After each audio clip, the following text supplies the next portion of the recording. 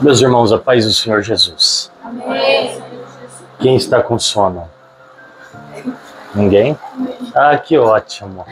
Normalmente em retiros pela manhã, os jovens estão mais sonolentos, mas eu vi que vocês estão bem dispostos, né? Já adoraram aí, cheios de vigor. Que Deus continue vos abençoando. É uma alegria poder atendê-los uma vez mais. Tá virando uma tradição eu aqui com vocês. Né, pastora? Quero agradecer à pastora Shirley, ao pastor Ivo, o Evandro que entrou em contato, os novos responsáveis por esses jovens que o Evandro mencionou o nome, mas eu esqueci. Jonathan, Johnny e Débora. Não esquecerei mais. Johnny e Débora. Meus amados, eu quero compartilhar com vocês de um texto para a nossa reflexão, capítulo de número 24 do Evangelho escrito por Lucas. Lucas, capítulo de número 24.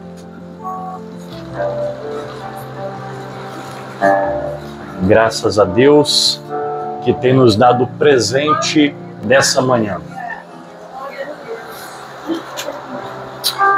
Lucas, capítulo de número 24, verso de número 13 a seguir.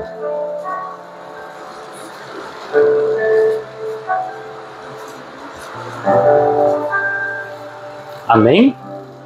Está escrito assim: E eis que no mesmo dia iam dois deles para uma aldeia que distava de Jerusalém 60 estádios, cujo nome era Emaús. Iam falando entre si de tudo aquilo que havia sucedido. E aconteceu que, indo eles falando entre si e fazendo perguntas um ao outro, o mesmo Jesus se aproximou e ia com eles. Mas os olhos deles estavam como que fechados para que não o conhecessem. E ele lhes disse: Que palavras são essas que caminhando trocais entre vós, e por que estáis tristes? E respondendo um cujo nome era Cleopas, disse-lhe: És tu só peregrino em Jerusalém, não sabes as coisas que nela têm sucedido nesses dias? E ele lhes perguntou: Quais? E ele lhes perguntou: Quais? Amém. Meus irmãos, quando nós olhamos para esse texto, nós percebemos imediatamente que se trata de um texto que estamos familiarizados. Nós conhecemos a história dos dois discípulos no caminho de Emaús. Talvez você não tenha lido esse texto, que eu acredito que seria incomum que você nunca houvesse lido essa passagem, mas certamente você já ouviu ministrações a respeito dos dois discípulos no caminho de Emaús. Com certeza no repertório de cânticos, de hinos de vocês lá na igreja, vocês já cantaram canções inspiradas nesse versículo. Nos versículos que nós lemos agora, os dois discípulos no caminho de Emaús. Existem lições contidas aqui em cada um dos versículos, que na medida em que nós formos percorrendo versículo por versículo, nós seremos ministrados com essas lições para a nossa edificação e aprendizado, para que a gente possa carregar essas lições para o resto da vida. A parte A do versículo primeiro que nós lemos, verso de número 13, diz: E eis que no mesmo dia. Quando você se propõe a estudar de forma exegética a palavra de Deus, de forma minuciosa, uma das regras principais para que você tenha um melhor entendimento daquilo que você está se prontificando a estudar é fazer perguntas para o texto que você está estudando. Aqui fica uma dica para vocês. E a primeira pergunta que surge aqui na parte A do versículo de número 13 é: que dia é esse que a Bíblia está falando? Pois a parte A está apenas dizendo: e eis que no mesmo dia. Só que os versículos subsequentes não nos diz que dia era este. Então a pergunta óbvia da parte A do verso de número 13 tem que ser: oxe, que dia é esse? E eu amo a Bíblia porque a Bíblia responde ela mesma. Então, para a gente encontrar que dia é esse, da pergunta que surge no verso de número 13, é necessário a gente engatar uma marcha ré e voltar lá no primeiro versículo do mesmo capítulo, verso de número 1 do texto 24. E no primeiro dia da semana, muito de madrugada. Foram elas, quem? As mulheres, ao sepulcro levando as especiarias que haviam preparado. Perceba, a pergunta que surge no verso de número 13, que dia é este? É respondida no primeiro versículo do mesmo capítulo. Esse dia era o domingo. Coincidentemente, nós estamos no domingo. Só que esse domingo aqui não era um domingo comum. Esse domingo aqui era o domingo da ressurreição. Esse aqui é um domingo diferente de todos os domingos que já havia existido na história humana. Esse aqui é o domingo da pedra removida do sepulcro. Este aqui é o domingo em que o sol voltou a brilhar. Este aqui é o domingo em que os pássaros cantaram outra vez. Esse domingo aqui é diferente de qualquer domingo que tenha existido no calendário da humanidade até aquele momento presente. Este é o domingo do grande milagre da ressurreição de Cristo. Só que a pergunta que não quer calar, quando nós lemos o texto que nós lemos a respeito dos dois discípulos no caminho de Emaús, que estão saindo de Jerusalém e estão indo embora para Emaús, a pergunta que não quer calar é: por que é que esses dois estão indo embora? Exatamente no domingo da ressurreição. Porque eu entendo querer ir embora na sexta-feira. Jesus acabou de ser julgado e morto. Eu entendo o desânimo que bate no sábado, a vontade de desistir de tudo. Mas no domingo, em que essa série de coisas estão acontecendo, por que é que esses dois discípulos estão querendo ir embora de Jerusalém no domingo? Percebe que não faz sentido? O texto diz, nos primeiros versículos do capítulo de número 24, que as mulheres foram até o sepulcro muito de madrugada. Repita comigo, muito de madrugada.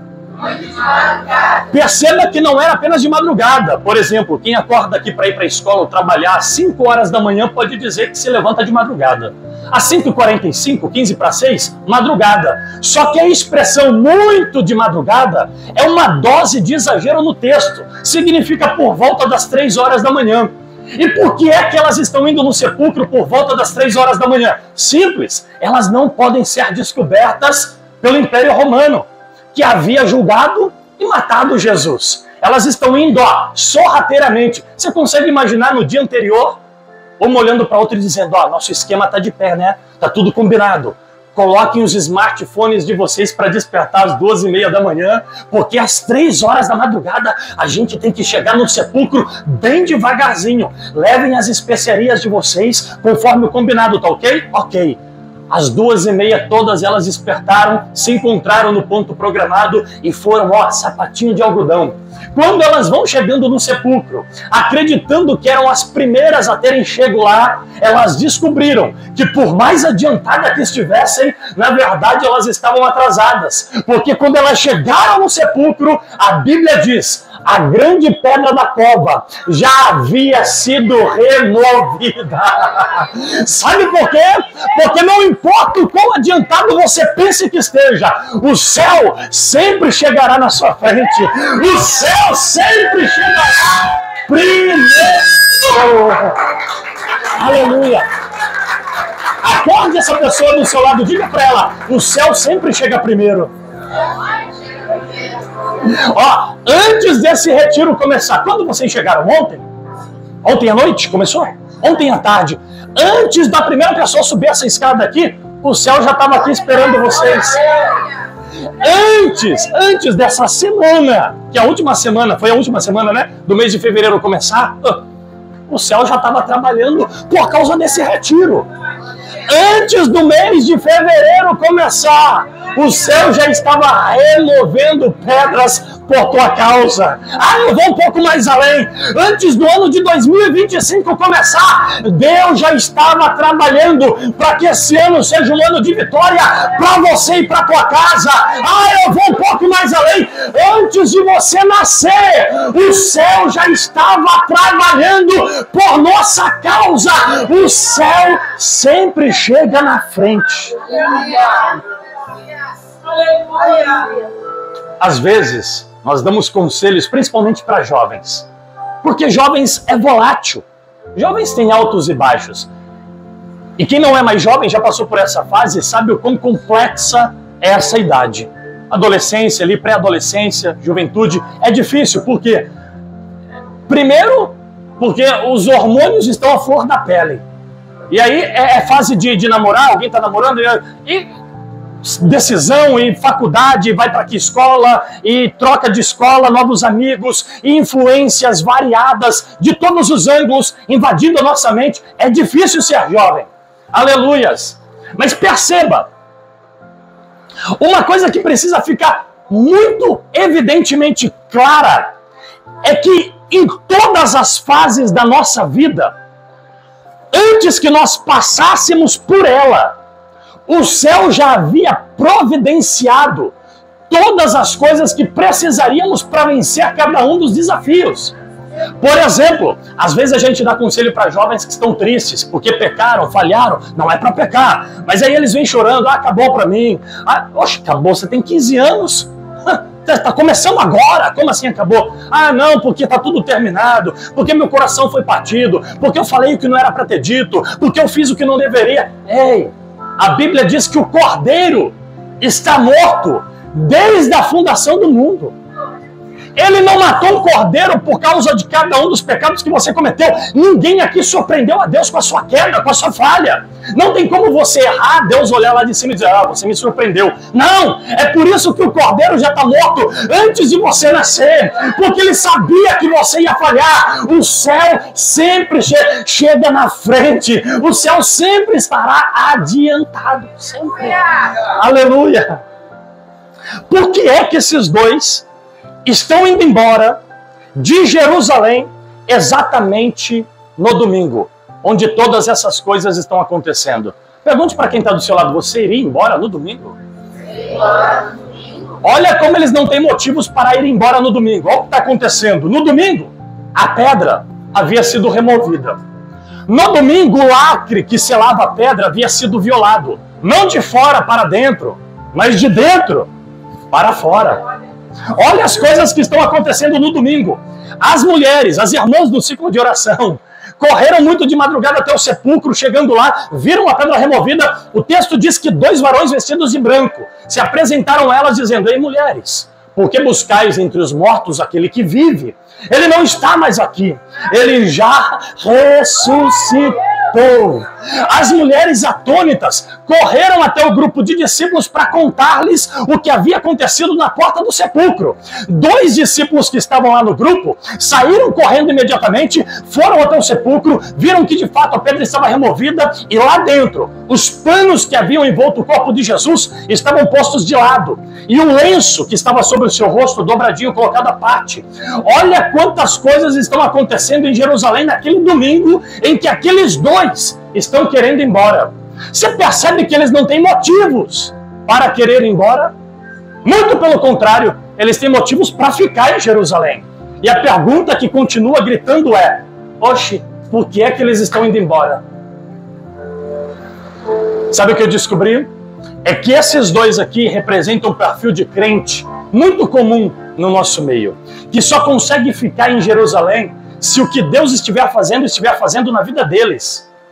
As coisas que estão acontecendo não os envolvia diretamente.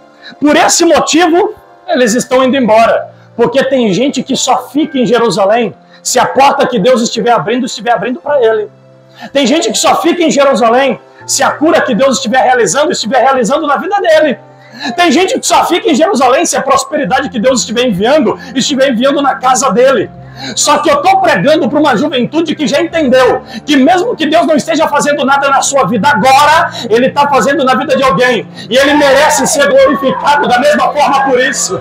Enquanto essa mão se levantou aqui, nesse exato momento, Deus está abrindo a porta para alguém em algum lugar dessa terra.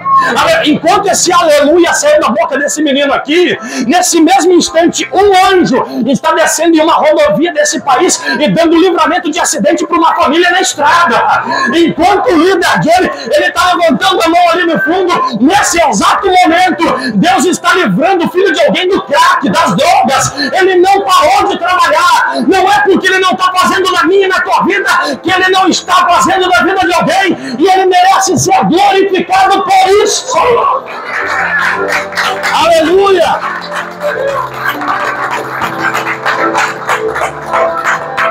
A gente precisa guardar essa lição para sempre, porque às vezes o desânimo de estarmos orando para que Deus faça alguma coisa e Ele não estiver fazendo, acaba nos arrancando do lugar que deveríamos permanecer. Tem gente que vai embora de Jerusalém, vai embora da igreja, porque já orei tanto, fui tanto para a igreja. Não, calma, espera, esses dois estão indo embora. Olha o que o texto diz. Iam dois deles, no verso de número 13, e eis que no mesmo dia iam dois deles. Repita comigo, dois deles. Você entende que o texto está destacando dois de um coletivo maior? Dois deles.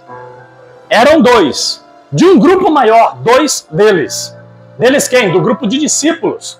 Apenas dois deles. Por exemplo, se você amanhã estiver andando lá pelas ruas da sua cidade e encontrar dois caras no centro com a camiseta do São Paulo, você vai falar, dois deles. Dois de um time maior, de um grupo maior. Dois corintianos, duas camisetas do Corinthians. Cadê? Eu vi o Evandro aí com a camiseta do Palmeiras. Aí, é um deles. Entendeu? É um time menor, né? Imagina, é distinguível. Eles são identificáveis. Por isso, quando a Bíblia diz, iam dois deles, a Bíblia está dizendo, não estavam mais com eles, mas continuavam sendo dois deles. Não importa para onde você tente fugir da presença de Deus, você sempre será um deles. Você já passou por aquela experiência de estar em algum lugar e alguém olhar para você e dizer assim, você é crente, né? Você é da igreja, né? Já percebeu? Isso, você está descaracterizado, você está paisana. Você não está de terno, gravata, com a Bíblia na mão. Alguém olha para tua cara e diz, você é um deles. Você tem Lembra de Pedro? A Bíblia diz que Pedro se assentou para se aquecer na fogueira que os ímpios haviam acendido. E uma mulher se levantou e disse, você é um deles. Aí ele disse, eu não. Aí ela disse, você é sim. Aí ele disse, não, eu não sou. Aí ela disse, hoje está na sua cara. Você é um deles. Lá na faculdade, na tua escola, independente da série que você esteja, quem olha para você tem que ver que você é diferente. Tem que olhar para você e dizer, você é um deles. Você nem está com eles agora, porque agora não é horário de culto, mas você é um deles.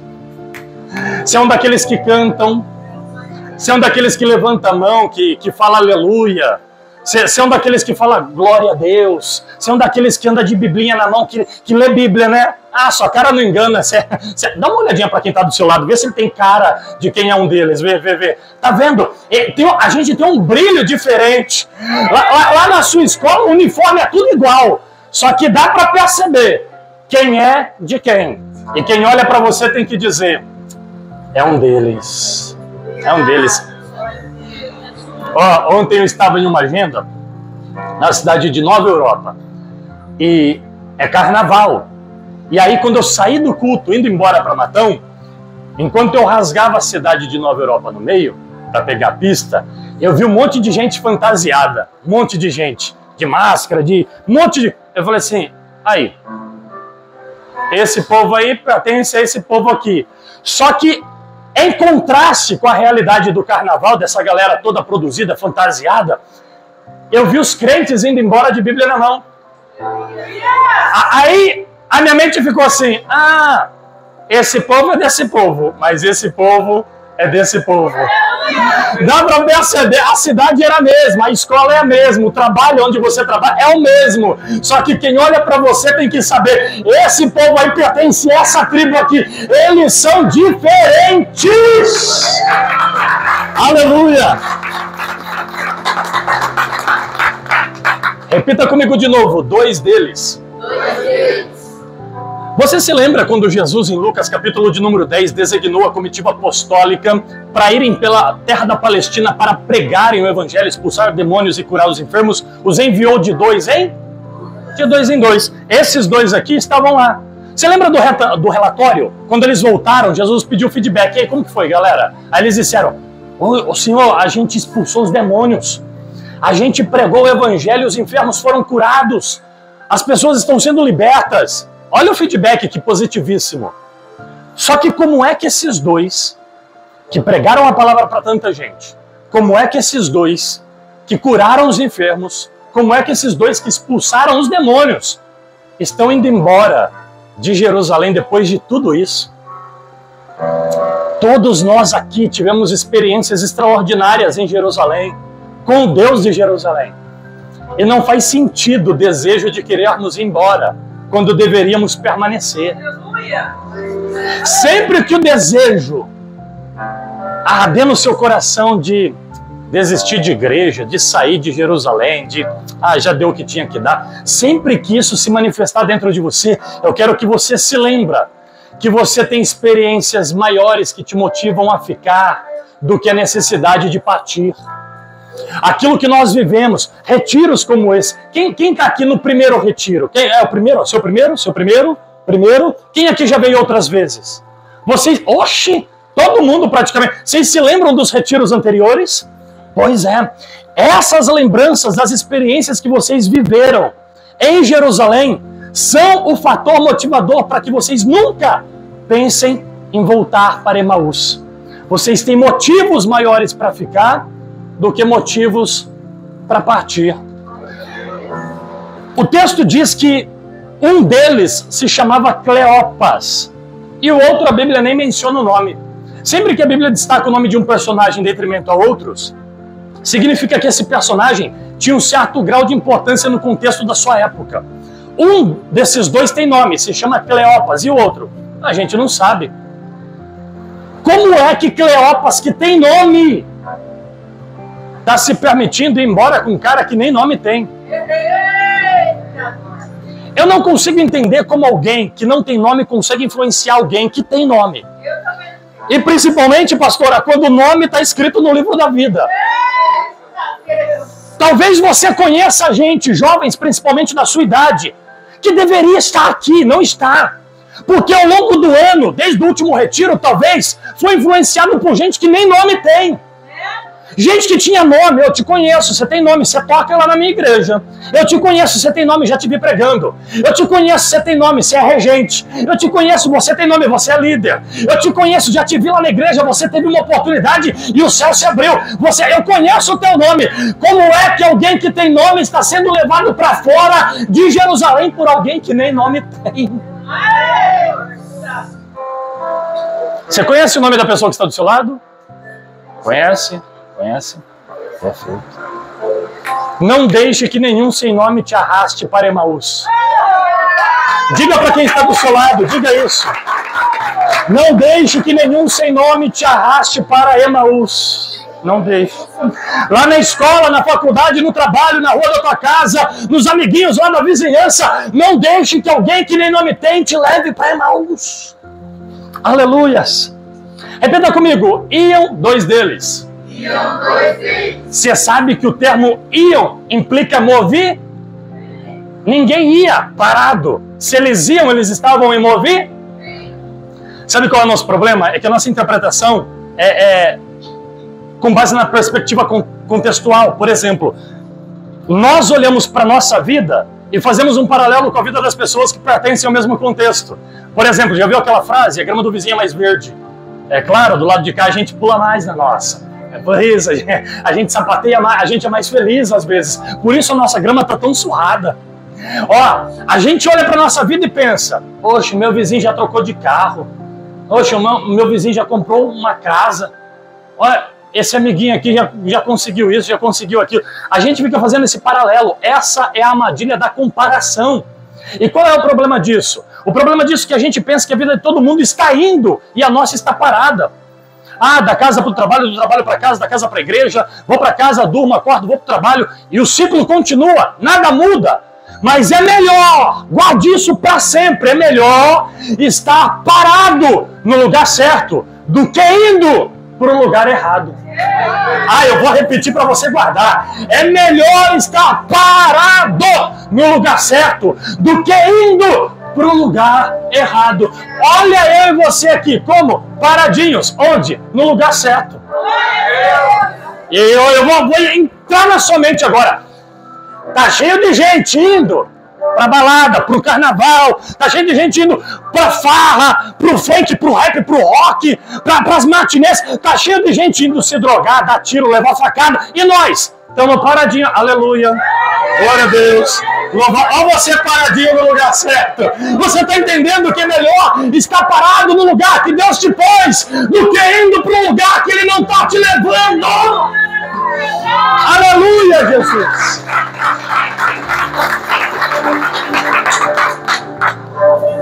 Glórias.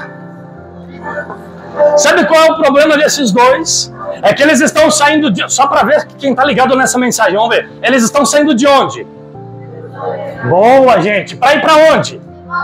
Ei, mas vocês são bons demais. Ó, eles estão saindo de Jerusalém para ir para Emaús. Eles acham que estão indo para frente. Por quê? Porque os componentes da sua caixa craniana, todos nós, que ó, os olhos, o nariz, a boca, estão direcionados para onde apontam os nossos pés. Então todo mundo que caminha, pensa que caminha para frente.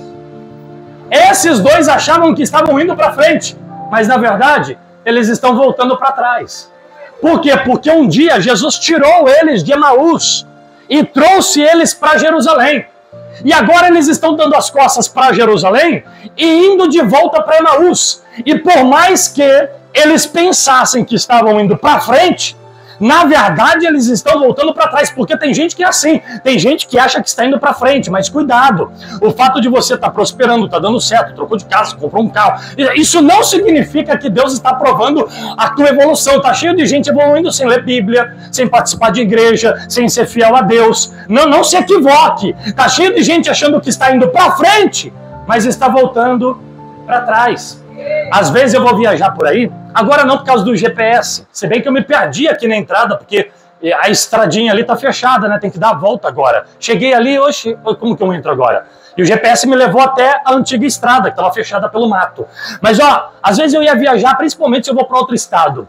Aí eu decido passar numa cidadezinha para perguntar para alguém, moço, eu tô indo para tal lugar, tô certo? E a pessoa diz, oxe, não, aqui você tá voltando para trás. Mas eu jurava que estava indo para frente. Às vezes a gente pensa que está indo para frente, mas estamos indo para trás. Aleluias. Nós precisamos entender qual é a direção que Deus está nos dando. Porque quando nós assumimos o controle da direção, de irmos para onde nós queremos e não para onde Ele quer, sempre estaremos voltando. E detalhe, esses dois estão saindo de Jerusalém, estão voltando para Emaús. Todo mundo que sai de Jerusalém só vai para o lugar que conhece. É por isso que eles não estão indo para outra cidade, eles estão indo para Emaús. Por quê? Porque eles eram de Emaús. O Senhor os chamou, trouxe para Jerusalém. Eles estavam 3 anos e meio com Jesus em Jerusalém. E agora que eles estão frustradinhos, eles estão saindo de Jerusalém e voltando para Emaús. Todo mundo que sai de Jerusalém sempre vai voltar para o lugar de onde veio. E não importa qual seja esse lugar. Por exemplo, quem era dos bares, quando Jesus o chama, ele fica firme com Jesus. Quando ele sai da igreja, o primeiro lugar que ele vai é voltar para o bar. Quem era da balada, do rock, do pagode, ele vai voltar para lá. Porque a gente sempre volta para o lugar de onde viemos se não permanecemos no lugar que ele nos colocou. Eu vou repetir, que você está com cara de sono e eu vou te acordar. A gente sempre volta para o lugar de onde viemos quando não permanecemos no lugar que Ele nos colocou. Diga para quem está do seu lado, fique em Jerusalém. Você sabe que uma das grandes falhas desses dois foi não terem vendido a casa de Emaús quando eles foram para Jerusalém. Sabe por que eles estão voltando para lá? Porque eles têm onde ficar. Eles estão voltando para Emaús porque eles têm uma cabaninha lá. Quando o Senhor nos chamou com o propósito de não olharmos mais para trás. E esses dois estão saindo de Jerusalém porque eles têm onde ficar. É o plano B. Sabe qual é o problema do plano B? Ele não te permite viver na totalidade do plano A. Às vezes eu dou conselhos para jovens principalmente na fase de namoro. Um dos motivos pelos quais as pessoas não conseguem ser felizes no plano A é que o plano B ainda é uma opção. Tem gente que não consegue ser feliz no novo relacionamento, por exemplo. Por quê? Porque o ex ainda é uma opção. Tem gente que não consegue ser feliz na nova igreja. Por quê? Porque a antiga igreja, ainda se não dá certo aqui, eu volto para lá. Tem gente que não consegue ser feliz vivendo a realidade do presente. Por quê? Porque o coração dele ainda está preso no passado. Quer um conselho? Rasgue o plano B. Rasgue. Há uma história sobre Guilherme o Conquistador que diz que quando ele desembarcou com seus soldados na terra dos Maias, ele ordenou para que os seus soldados ateassem fogo nos seus próprios barcos, nos barcos que eles chegaram. E os soldados disseram: tá doido? Como que a gente vai botar fogo nos nossos próprios navios? Como a gente vai voltar depois? E ele disse: vocês não entenderam. Nós não voltaremos. Ou nós conquistamos essa terra, ou morreremos tentando. Nós precisamos entender que não tem como mais voltar para trás. Emaús não existe mais para nós. Nós só vamos sair dessa Jerusalém aqui para aquela Jerusalém. É dessa para aquela. Para Emaús a gente não volta. Diga comigo: Emaús nunca mais. Mais forte, 1, 2, 3. Mais forte, gritando, 1, 2, 3. Nunca mais. Nunca mais. Aleluias. Pergunta simples para você: o que é maior? Jerusalém ou Emaús? Lembre-se, Emaús é uma aldeia. Jerusalém é uma cidade. O que é maior, uma cidade ou uma aldeia? Cidade é bem maior. Olha o que Jesus fez com a gente. Tirou a gente da aldeia e levou a gente para cidade. Tirou a gente de Emaús, trouxe a gente para Jerusalém. E em Jerusalém, que já é um lugar maior do que o lugar de onde ele nos tirou, ele nos fez uma promessa. Qual? Primeiro em Jerusalém, depois em Samaria, na Judeia e até os confins da terra. Você percebe como o projeto dele é de expansão para nós? É de crescimento para nós. Percebe que você está bem melhor do que estava quando você estava no lugar de onde ele te tirou? Estar em Jerusalém é bem melhor do que estar em Emaús. Ele já nos arrancou de Emaús. O nosso lugar é em Jerusalém. E aqui em Jerusalém as promessas dele é de crescimento. Eu estou pregando para escritores que nunca escreveram um livro. Eu estou pregando para pregadores que nunca pregaram. Eu estou pregando para cantores que nunca cantaram. Eu estou pregando para futuros advogados que nunca advogaram. Eu estou pregando para médicos que nunca consultaram. Fique em Jerusalém, porque é aqui que ele vai te fazer crescer. Não saia de Jerusalém. Como é que esses dois em Jerusalém estão voltando para um lugar apertado como Emaús? Jesus detesta a aldeia. Repita comigo: Jesus detesta a aldeia. Jesus detesta a aldeia. Luiz, você está doido? Não, vou te provar na Bíblia. Em Marcos capítulo de número 8, o texto diz que alguns homens de uma aldeia trouxeram um cego até Jesus, para que Jesus o curasse. Jesus pegou o cego, tirou da aldeia, curou o cego fora da aldeia. E agora que o cego não é mais cego, o cego automaticamente vai voltar para dentro da aldeia. Aí Jesus vai dizer para ele: ei, tá indo aonde? Aí o cego vai dizer: oxe, para a aldeia. Aí Jesus vai dizer: não entres mais na aldeia. Jesus não está dizendo que ele era cego por causa da aldeia, mas está dizendo para ele: a aldeia vai te cegar de novo. Porque sempre que a gente voltar para o lugar de onde ele nos tirou, a gente perde a visão. A gente não consegue enxergar mais. Não entres mais na aldeia que ele já te tirou. Permaneça em Jerusalém. Emaús, na etimologia da palavra, significa lugar de águas quentes. Quem aqui já viajou para um lugar de águas quentes? Águas termais. Já foi, mocinha? Já também? É legal, né? Eu nunca fui. Essas águas quentes servem para te relaxar do lado de fora. Você deita naquelas águas que saem da terra fazendo bolha quentinha. É ou não é? Você fica lá relaxado e tal.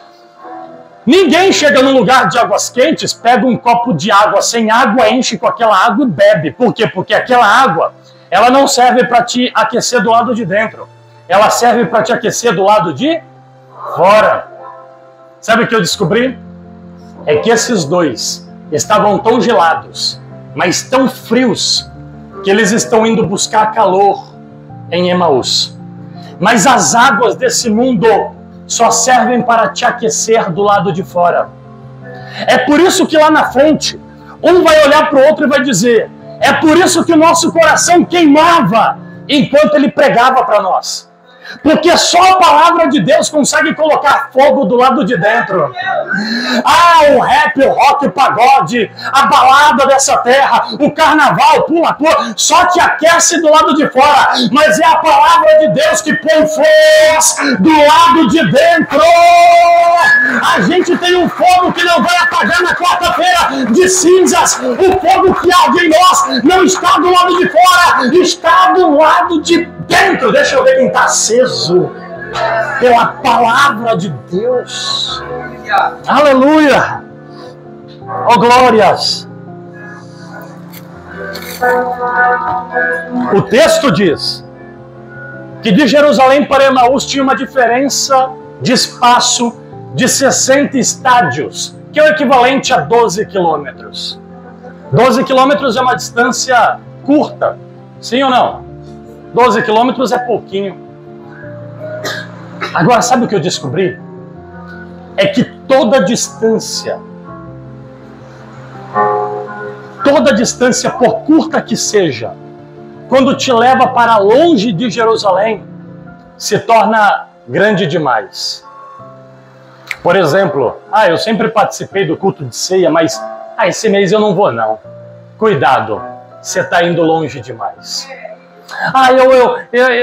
Eu não preciso ensaiar, não. Eu vou para ensaio para quê? Eu recebi um dom no ventre da minha mãe. Quando coloco o playback lá, eu canto afinadinho, eu manjo. Deixa comigo, eu manjo. Cuidado, você está indo longe demais. Eu não preciso ler a Bíblia para pregar. O pastor me dá uma oportunidade lá, eu vou e abro a boca e o Espírito Santo, ele enche minha boca. Cuidado. Você está indo longe demais. Eu não vou orar. Para que orar todo dia? Deus sabe o que eu preciso. Cuidado, parece pouco, mas você está indo longe demais. 12 quilômetros apenas, de Jerusalém para Jericó. Uma distância curta, uma distância demasiadamente pouca, mas que estava os levando para longe de Jerusalém. Verso de número 14 diz: e iam falando entre si de tudo aquilo que havia sucedido. E iam falando entre si de tudo aquilo que havia sucedido. Agora entenda isso, gente. Eles estão no presente, achando que estão indo para o futuro, falando do... Ninguém vai chegar no futuro caminhando no presente enquanto tenta carregar o passado. Não dá. Eles pensam que estão indo para o futuro, mas não param de falar do passado. Acham que estão deixando Jerusalém, mas Jerusalém não está deixando eles. Existe nós em Jerusalém e existe Jerusalém em nós. Quando você encontra um desviado, alguém que se afastou, principalmente quando você faz um trabalho evangelístico pelas ruas, e você encontra alguém que está afastado da igreja, ele não está mais em Jerusalém, mas Jerusalém nunca saiu de dentro dele. Quando você fala de Jesus para ele, ele chora. Ele se lembra de quando era jovem, quando cantava na igreja. Ele se lembra de quando pegava a biblinha, ia para o culto, participava dos ensaios. Ele não está em Jerusalém, mas Jerusalém nunca saiu de dentro dele. Esses dois estão indo para Emaús. Eles estão em um caminho que conheciam. De Jerusalém para Emaús. Só tinha aquele caminho, só tinha aquela rota. Aquela era a única alternativa de percurso para eles. É como sair de Matão e ir para Jabuticabal. Você tem que pegar Faria Lima aqui para chegar na cidade de vocês. É a opção de vocês. Eles acham que dominam. Aquele caminho lá está tudo sob controle, tranquilo. E se eu te disser que eles perderam o caminho enquanto caminhavam no caminho? Eles perderam o caminho caminhando no caminho. Um dia Jesus abriu a boca para dizer: eu sou o caminho. Eles estão caminhando no caminho, mas perderam o caminho. E se eu te disser que está cheio de gente caminhando no caminho que já perdeu o caminho? E melhor do que estar no caminho é ter o caminho. Porque se você se perde caminhando no caminho, mas tem contato com o caminho recalcula a tua rota quando você se perde aqui embaixo e te coloca na direção correta. Agora tá cheio de gente que garante para ele mesmo que tá tudo sob controle. Não, tá tranquilo, eu vou pro culto, eu canto, eu prego, eu leio. Cuidado, tá cheio de gente no caminho que perdeu o caminho. E é melhor ter contato com o caminho do que estar caminhando no caminho. Quem está entendendo isso?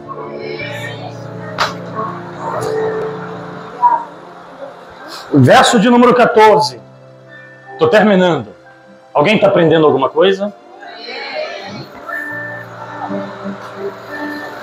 Iam falando entre si. Repita comigo. Iam falando entre si. Iam falando entre si. Quantos eram? 2. Então um conversava com? Iam falando entre si. Entre si. Entre si. Por quê? Porque quando você perde contato com o céu, o seu diálogo é só com a terra. Eu vou repetir, porque você não... Quando o crente perde contato com o céu, na vertical, o diálogo dele é só com a horizontal.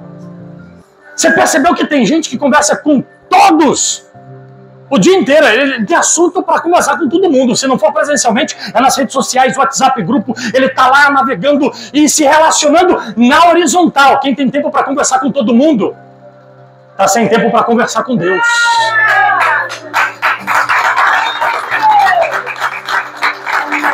Iam falando entre si, porque a interação deles agora se resume a isso. Se resume a essa linha horizontal. E o texto diz que eles faziam perguntas um ao outro. Perceba que os dois têm perguntas, mas nenhum deles tem respostas. Porque existem respostas para perguntas que o médico não vai te dar. O promotor, o advogado, o juiz, teu pai, tua mãe, o pregador, quem canta, o teu líder não vai conseguir dar a resposta que você precisa para algumas perguntas complexas da sua existência. Mas as perguntas mais complexas da nossa vida só poderão ser respondidas por Ele. Aleluia! Eles tinham perguntas, mas perderam o dono da resposta. Não tem problema ter perguntas. Você deve ter perguntas. Porque eu sou assim, porque eu nasci, para onde eu vou, o que eu estou fazendo, vou fazer o que? É normal, faz parte da complexidade da vida. Mas você precisa, além de perguntas, manter o contato com o dono da resposta. Deixa eu ver quem ainda tem contato com o dono da resposta. Aleluias! O texto diz que enquanto eles iam caminhando, o mesmo Jesus, está escrito aqui na Bíblia, no verso de número 16, o mesmo Jesus se aproximou e ia com eles. O mesmo Jesus, não era outro, era o mesmo. Não era outro. Você sabe que nos dias de Jesus tinha outros personagens com o nome de Jesus? Totalmente comum. Muito comum. É como Maria, João, Pedro. Agora os nomes estão americanizados, né? Por exemplo, minha mãe colocou Luiz Antônio. Me chama de Richard, de Charlie. Luiz Antônio. Os nomes estão mais modernos agora. Por exemplo, alguém aqui tem nome igual? Fernando, tem 2 Fernando, 2 João, 2 Pedro, tem? Não? Lá na sua escola? Como? Davi e Davi? Ó, legal, 2 Davis. 2 Gabriel. Bacana. Nos dias de Jesus tinha várias outras pessoas com o nome de Jesus. Só que o texto está dizendo, não era outro. Era o mesmo. O mesmo Jesus se aproximou. Quando ele se aproxima, gente, Quando Ele chega pertinho da gente. Vocês estão aqui desde ontem. Eu tenho certeza que vocês já sentiram Ele chegando pertinho.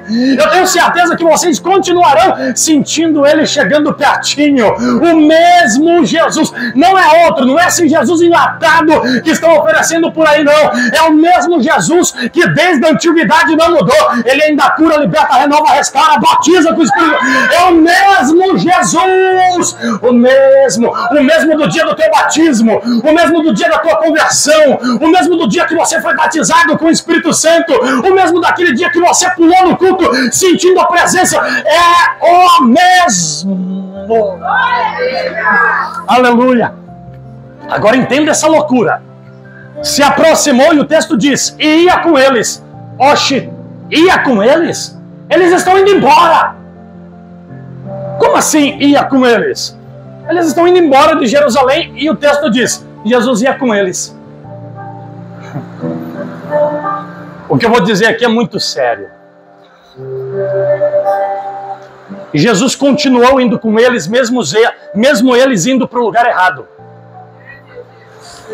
Não é incomum um testemunho de alguém, inclusive lá na igreja eu tenho vários obreiros hoje, que o testemunho é mais ou menos assim. Rapaz, eu tava na boca de fumo, eu tava usando droga, enfiado numa biqueira, e um cara que não é crente, que tava lá comigo, olhou para mim e falou assim, rapaz, você não devia estar aqui, Deus tem uma promessa na sua vida.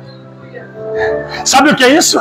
É que Jesus foi com ele até o último ponto, mesmo ele indo para o lugar errado, e lá no lugar errado, Jesus usou alguém para falar para ele que ele estava no lugar errado, ele deveria voltar para o lugar certo. Nesse carnaval aí, ó, é o último pula-pula de muita gente, porque lá no meio dessa bagunça, Jesus vai usar a boca de um ímpio para falar com filhos de crente e dizer, volta para a igreja, cara. O teu lugar não é aqui. Você não deveria estar aqui. Deus está te dando uma chance de voltar. Porque mesmo a gente indo para um lugar errado, a sua misericórdia é tão grande que Ele vai atrás da gente só para convencer a gente que a gente está indo para onde não devia. Nós precisamos voltar para Jerusalém. Aleluia. Oh, glória. Aqui, nesse ponto, nós temos uma das cenas mais estranhas da Bíblia. Mais estranhas, para mim, na minha concepção. Por quê? Porque o texto diz que os dois iam falando entre si, fazendo perguntas um para o outro. E o mesmo Jesus se aproximou e ia com eles. Quem quer participar de um teatrinho aqui comigo? Quem aqui? Vocês dois aqui. Vem cá. Vem vocês dois aqui, vem aqui, ó. Ó. Esses dois são os dois discípulos. Estão indo. Vai bem devagarzinho, porque o espaço aqui é bem curtinho. Então vai assim, ó, os dois, conversando um com o outro. Legal. Legal. É isso aí. Parabéns. Aí, ó o que vai acontecer. O mesmo Jesus. Continua, vamos dar a volta lá. Isso vai. O mesmo Jesus apareceu, ó, e ia com eles. Pode ir, vamos rodear. E os dois conversando entre eles. E Jesus, aqui com eles, ó. Ai, que esquisito. Pensa direitinho, ó. Isso, vamos lá. Aí estão conversando, e eu e Jesus, aqui com eles. E os dois conversando entre si, ó, os dois. Tenta imaginar essa cena. Os dois conversando com e Jesus. Oxe, aqui com eles. Okay. Essa é a cena mais estranha da Bíblia. Por quê? Porque, no mínimo, um deveria olhar para o outro e falar assim, oxe, você conhece esse cara aí? Pergunta para ele aqui, ó. Você conhece esse cara aí? Fala, eu nunca vi. Eu nunca vi. Você não conhece? Fala, você não conhece? Você conhece? Não. Gente, os dois não conheceram Jesus porque o texto diz que os olhos deles estavam como que fechados. Pode sentar. Sabe o que me intriga? Olha o que me intriga. Obrigado. Sabe o que me intriga? É que esses dois estavam falando sobre Jesus.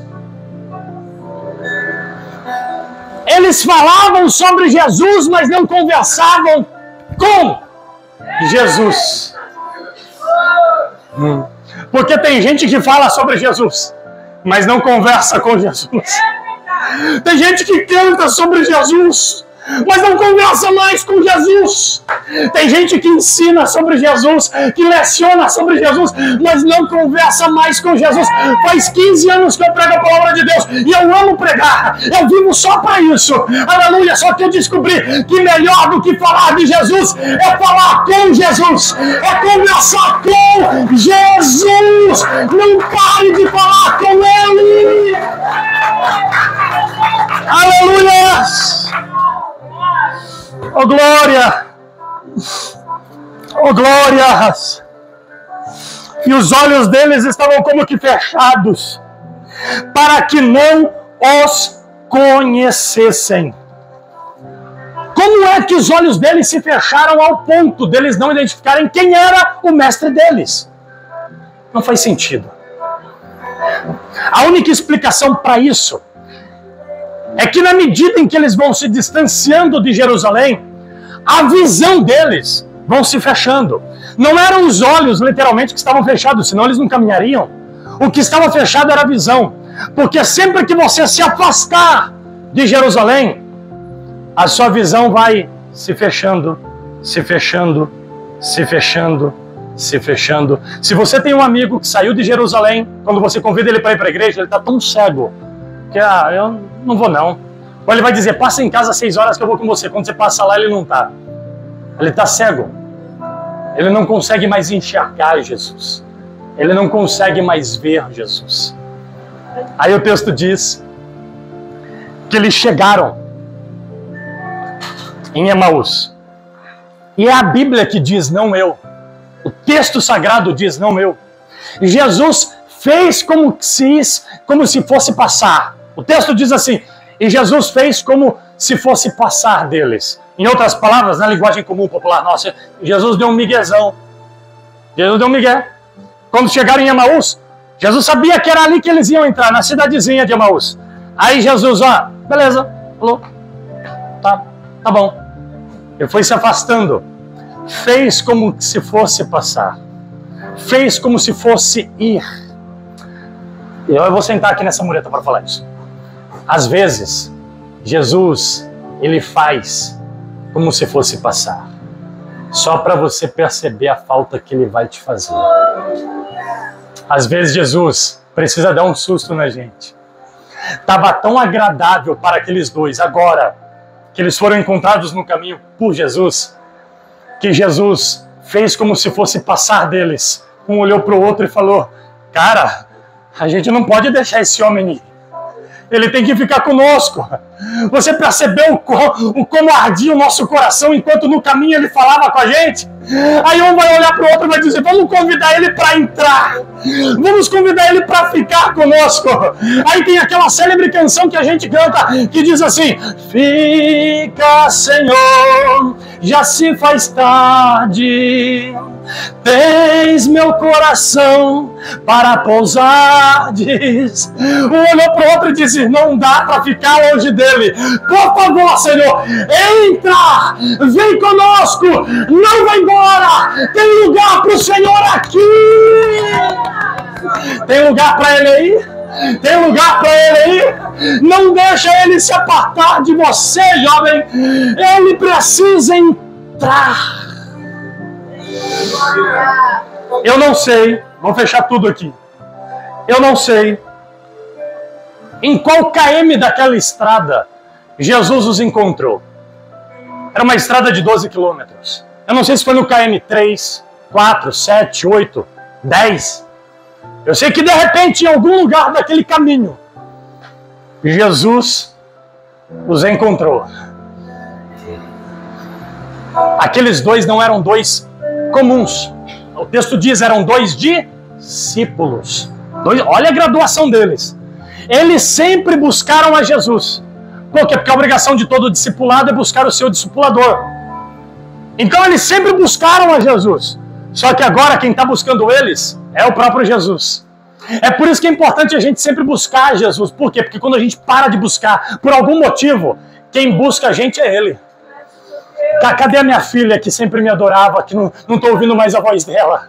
Cadê meu filho que sempre orava às 3 horas da manhã, de manhã cedo, antes de ir para a escola? Eu não estou ouvindo a voz dele. Cadê ele? Jesus sente a sua falta e vem te buscar. tocar. Aleluia! Olha que amor é esse! Olha como você é especial! Ele não te deixou partir para sempre, mesmo que esse fosse o desejo do seu coração. Ele foi atrás de você. Vou dizer isso de forma ilustrativa para você guardar para sempre. Sempre que você sair de Jerusalém, lá nos postes do céu, nos postes do céu, haverá cartazes colados com a sua cara, escrito embaixo: procura-se. Sempre que você sair de Jerusalém, o céu vai sair à tua procura. O céu vai te encontrar em qualquer lugar que você tente se enfiar, porque você não é de Emaús, você pertence a Jerusalém. Jesus entra na casa deles e eles vão à mesa. E na hora de partir o pão, Jesus levanta as mãos e agradece. E o texto diz que Jesus naquele instante sumiu, desapareceu. Aí a ficha deles caiu. O texto diz que eles perceberam que era o Senhor. Agora, gente, cá para nós, uma pergunta simples. Por que é que eles perceberam que era Jesus só no momento do partir do pão? Qual é o sentido disso? Todo judeu partia o pão da mesma forma. Eles pegavam o pão, levantavam para cima, agradecia, partia, estava servida a mesa. Nunca fez sentido na minha mente o fato deles terem identificado Jesus na hora de partir do pão, pelo partir do pão. Não foi isso. É que as mangas das vestes de Jesus eram compridas assim, ó. Compridas desse jeito. Caminho todo ali com eles. Quando Jesus pegou o pão para partir, ó o que aconteceu. Olha o que aconteceu. Ó, mão coberta. Pegou o pão para partir. Olha o que aconteceu com a manga. Ó. Aí aqui, ó. Bem aqui no meio.